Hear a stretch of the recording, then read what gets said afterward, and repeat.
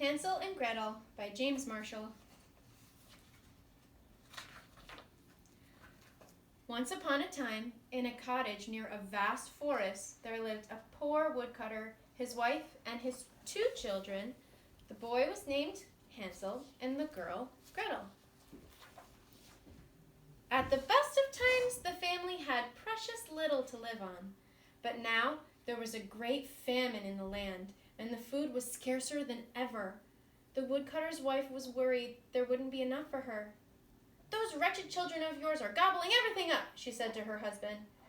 "Do you want your pretty little wife to waste away? Something will have to be done." "Yes, my dearest," said the poor woodcutter, who was afraid of his wife's ferocious temper. "She doesn't like us," said Gretel. "Yes, she does," says Hansel. But he didn't mean it.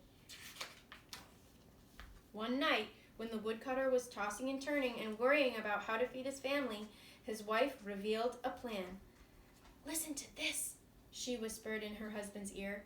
"We'll take the children into the woods, give them a bit of bread, and leave them there." "Never!" cried the woodcutter, but his wife badgered and badgered. "My poor children!" cried the woodcutter.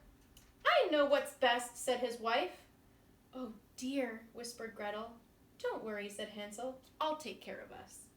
And slipping out into the moonlit night, he gathered up as many white pebbles as he could find. "What are you doing?" said Gretel. "You'll see," said Hansel. "Up, you lazy bones!" cried the woodcutter's wife early the next morning. "It's time to go to the forest to fetch wood." And she gave Hansel and Gretel a crust of bread. "Save it for lunch. It's all you'll get." The family set off. In a short while, Hansel stopped and turned around. Soon, he did it again. "Why are you lagging behind, Hansel?" asked his father. "I'm looking back at my white kitten on the roof," said Hansel. "You donkey," snapped the woodcutter's wife. "That's not your kitten. That's the morning sun on the chimney." They entered the vast forest. In the middle of the forest, Hansel and Gretel were told to build a fire of brushwood and to wait. "We'll return soon," said the woodcutter's wife, and the children were left all alone. They heard the sound of an axe chopping wood, and they thought their father must be nearby. But it was really a bow that he had tied to a dead tree, being blown about by the wind. At midday, they ate their bread and waited patiently. The afternoon slowly passed, but no one came. Finally, the children closed their eyes and went to sleep. When they awoke, it was pitch black. "Are you frightened?" said Gretel. "Of course not," said Hansel. When the moon had risen, Hansel took Gretel by the hand and showed her how they could follow the trail of white pebbles. "What a clever brother I have," said Gretel. It took them the rest of the night to get out of the forest. When the children arrived home at daybreak, the woodcutter's wife was shocked and infuriated, although she quickly pretended to be glad to see them. "We thought you were never coming back," she said. She's a tricky lady. Hansel and Gretel believed the worst to be over, but soon there came another famine, and the woodcutter's wife began to fret. "There's hardly enough for the 2 of us to eat," she said to her husband. "We'll simply have to take the children back to the woods." "Not again," whispered Gretel. "Don't worry," said Hansel. But when he went to gather up more pebbles, he found the door bolted. She had seen to that. The next morning, the children were given a bit of bread, and the family set off. Every few paces, Hansel turned around to strew a handful of breadcrumbs behind him. "Why are you tarrying, Hansel?" said his father. "I'm looking back at my white pigeon on the roof," said Hansel. "Simpleton!" cried the woodcutter's wife. "That isn't your pigeon. That's the morning sun on the chimney."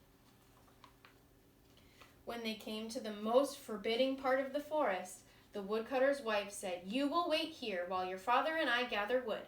We will be back soon." Hansel and Gretel did not believe her.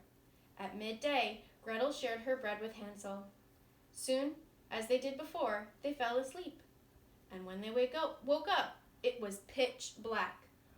"Oh," said Gretel. "When the moon rises," said Hansel, "we will follow the trail of breadcrumbs out of the woods." But when the moon rose, they found no breadcrumbs. The birds in the forest had eaten them all. "We'll never get out," cried Gretel. They wandered on deeper and deeper into the forest, eating whatever berries they could find. When they'd been far away from home for 3 days, a snow-white bird appeared. "Let's follow it," said Hansel. The snow-white bird led them to a clearing where there was a small house made of cookies and candy, spun sugar and cake. It was like no house they'd ever seen. Being terribly hungry, the children set about having a regular feast. Hansel broke off a piece of roof cake, and Gretel tried a bit of window sugar. It was all as good as it looked.